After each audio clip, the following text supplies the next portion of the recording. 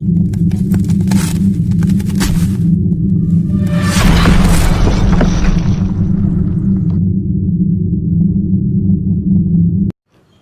Friends, welcome to studio knowledges. Myself Syed Shoaib Ahmed. दोस्तों, आज मैं आपको Indian penal code 1816 chapter first section 1 to 5 पढ़ाने वाला हूं।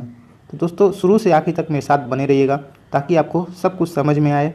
अगर आपके पास बेयर एक्ट है तो बेयर एक्ट को भी आप ओपन कर लीजिए ताकि आपको और क्लियर समझ में आ जाए। दोस्तों, स्टार्ट करने से पहले मैं आपको ये बता देना चाह रहा हूँ दोस्तों, अगर आप मेरे चैनल को सब्सक्राइब करते हैं तो आपको मेरे चैनल से हिंदू लॉ, मुस्लिम law, IPC, GS, legal words, case law etcetera आपको जानकारी मिलेगी। दोस्तों, अगर आपको वीडियो देखने के बाद कोई डाउट है तो आप कमेंट बॉक्स में ज़रूर पूछें, मैं उसका रिप्लाई ज़रूर दूंगा। पहले हम कुछ इंट्रोडक्शन जान लेते हैं। Indian penal code 1816 has been enacted on 6 October 1860 and come into force on 1 January 1862। दोस्तों, इंडियन पाइनल कोड जो है ये 6 अक्टूबर 1860 को इनेक्टेड हुआ और ये अमल में आया यानी कि फोर्स में आया 1 जनवरी 1862 में। इंडियन पाइनल कोड में 23 चैप्टर हैं, 511 सेक्शन हैं। इंडियन पाइनल कोड के जो ऑथर हैं लॉर्ड थॉमस बेबिंगटन मैकाले हैं और इन्हें शॉर्ट फॉर्म में कुछ लोग लॉर्ड मैकाले भी बोलते हैं। दोस्तों, ये हो गया एक छोटा सा इंट्रोडक्शन इंडियन पाइनल कोड 1816 के बारे में। अब प्रियम्बल हम देखेंगे। Whereas it is expedient to provide a general penal code for India, it is enacted as follows. There is aim of IPC to provide a general penal code for India. यहाँ पे जो Indian penal code है इसका यही मोटो है, यही M है कि भारत को एक जनरल पेनल कोड प्रोवाइड करे। अब हम देखेंगे section first, title and extent of operation of the code. Section first, यहाँ पे देखिए टाइटल के बारे में बात कर रहा है और extent of operation of the code के बारे में बात कर रहा है। टाइटल यानी कि संहिता का नाम, extent of operation of code यानी कि इसका विस्तार क्षेत्र के बारे में बात कर रहा है। चलिए इसे अब हम पढ़ते हैं। This act shall be called the Indian penal code and shall extend to whole of India except the state of Jammu and Kashmir. तो इसका जो टाइटल होगा वो इंडियन पेनल कोड होगा, यानी कि इसका जो नाम होगा वो इंडियन पेनल कोड होगा और इसका जो विस्तार क्षेत्र है यानी कि extent of operation of the code जो है ये पूरे होल इंडिया में होगा except state of Jammu and Kashmir, Jammu and Kashmir को छोड़कर। दोस्तों, ये हम जानते हैं कि हर स्टेट में अलग अलग पैनल कोड चलता है। जैसे पाकिस्तान में पाकिस्तान पैनल कोड और पहले जम्मू एंड कश्मीर में रणवीर पैनल कोड चलता था, लेकिन 5 अगस्त 2019 में अमित शाह जी के ज़रिए एक बिल लाया गया जिसके ज़रिए आर्टिकल 370 एंड 35A को रिवोक कर दिया गया। अब ये पूरे भारत में इंडियन पेनल कोड ही लागू होगा, जम्मू एंड कश्मीर में भी लागू हो गया है। दोस्तों, अब हम देखेंगे सेक्शन 2। सेक्शन 2 जो है ये इंट्रा टेरिटोरियल जुरिसडिक्शन के बारे में बात करता है, लेकिन सेक्शन 3 और 4 जो है ये एक्स्ट्रा टेरिटोरियल जुरिसडिक्शन के बारे में बात करता है। लेकिन हम पहले सेक्शन 2 देखेंगे। Punishment of offence committed within India, ऐसा ऑफेंस जो भारत के भीतर किया जाता हो। Every person shall be liable to be punishment under this code and not otherwise for every act or omission contrary to the provisions thereof of which he shall be guilty within India। यहाँ पे लिखा हुआ है every person, यानी कि हर एक प्रकार के व्यक्ति अगर वो ऐसा कोई एक्ट करते हैं, ओमिशन करते हैं जो आईपीसी के प्रोविज़न के विरुद्ध हो तो उसे भारत के अंदर गिल्टी माना जाएगा और वो पनिशमेंट के लिए लाइबल होगा। दोस्तों, जुरिसडिक्शन ऑफ कोड देख लिया जाए। यदि कोई फॉरेनर व्यक्ति इंडिया में रहता हो और ऐसा कोई एक्ट करता है या ओमिशन करता है जो आईपीसी के विरुद्ध हो तो उसे इंडिया के कोर्ट में ट्राइड किया जाएगा या नहीं किया जाएगा, ये गवर्नमेंट के ऊपर निर्भर करता है, क्योंकि स्टेट टू स्टेट जो कनेक्शन है उसके ऊपर ये निर्भर करता है कि उसे इंडिया के कोर्ट में ट्राइड किया जाएगा या नहीं। सेक्शन 3 एक्स्ट्रा टेरिटोरियल जुरिसडिक्शन के बारे में बात करता है। Punishment of offence committed beyond but which by law may be tried within India, यानी कि ऐसा ऑफेंस जो भारत के बाहर किया जाता हो। Any person liable by any Indian law to be tried for an offence committed beyond India shall be dealt with according to the provisions of code for any act committed beyond India in same manner as if such act had been committed within India.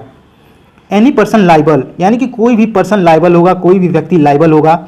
Offence committed beyond India, यानी कि कोई भी व्यक्ति अगर भारत के बाहर offence commit करता है, वो आईपीसी के प्रोविज़न के खिलाफ है, तो उसे ऐसा माना जाएगा कि वो भारत में वो ऑफेंस किया है जैसे कि मान लेते हैं कोई इंडियन व्यक्ति फॉरेन में रहता है और फॉरेन में किसी का मर्डर करता है, तो उसे ऐसा माना जाएगा कि वो भारत में ही मर्डर किया है और उसे इंडियन कोर्ट के जरिए ही ट्राइड किया जाएगा और उसे पनिशमेंट दिया जाएगा।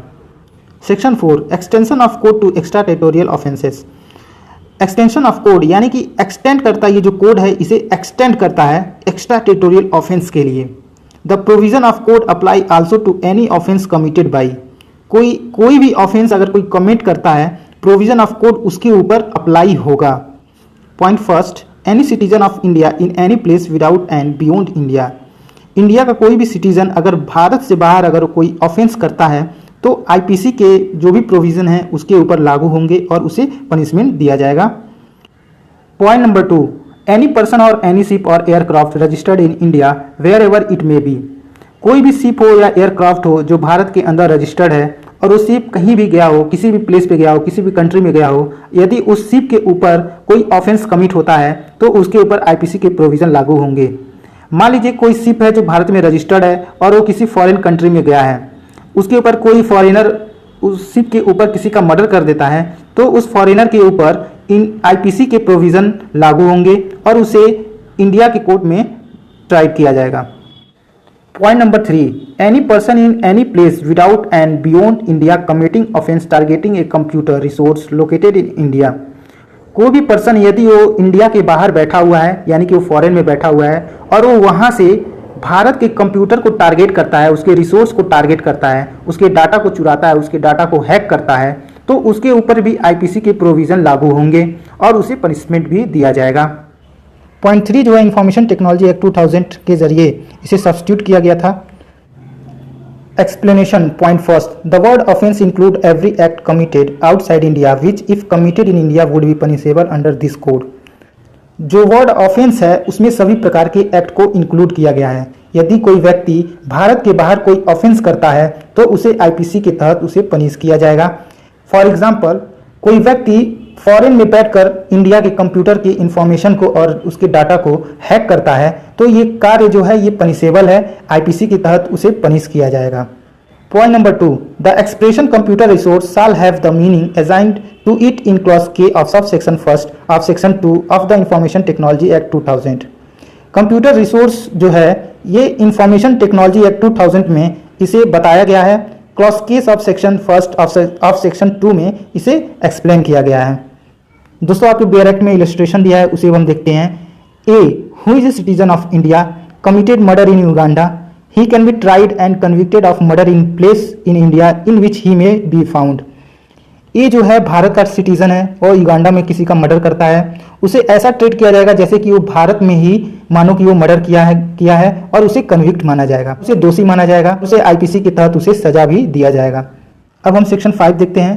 Certain laws not to be affected by this act. कुछ ऐसे लॉ हैं, कुछ ऐसे कानून हैं इस एक्ट के जरिए उसे इफेक्ट नहीं किया जा सकता है। चलिए इसे अब हम पढ़ते हैं। Nothing in this act shall be affected the provision of any act for punishing and desertion of officers, soldier, sailor और airman in this service of government of India और the provisions of any special और local law.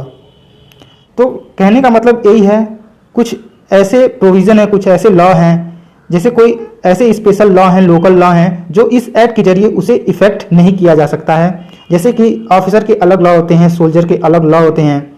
मान लीजिए कोई soldier भगौड़ा हो गया तो उसे आईपीसी के जरिए उसे पनिश नहीं किया जा सकता है, उसके भी कुछ अलग रूल और कानून होते हैं, तो इस एक्ट के जरिए उसे इफेक्ट नहीं किया जा सकता है। मान लीजिए किसी स्टेट में कोई लोकल लॉ बना हुआ है तो आईपीसी के जरिए हम उसमें हस्तक्षेप नहीं कर सकते हैं। आईपीसी से रिलेटेड कोई दूसरा ऑफेंस है जैसे कि मर्डर ऑर्डर हो गया तो हम आईपीसी के जरिए उसे पनिश कर सकते हैं, लेकिन कुछ ऐसे स्पेशल और लोकल लॉ हैं जिसके जरिए इस एक्ट के जरिए हम उसे इफेक्ट नहीं कर सकते हैं। दोस्तों आज के लिए बस इतना ही। आज मैंने चैप्टर 1 सेक्शन 1 से लेकर 5 तक मैंने ख़त्म कर दिया है और नेक्स्ट वीडियो में सेक्शन 6 से लेकर सेक्शन 18 तक मैं पढ़ाऊँगा, तो दोस्तों वीडियो ज़रूर देखिएगा।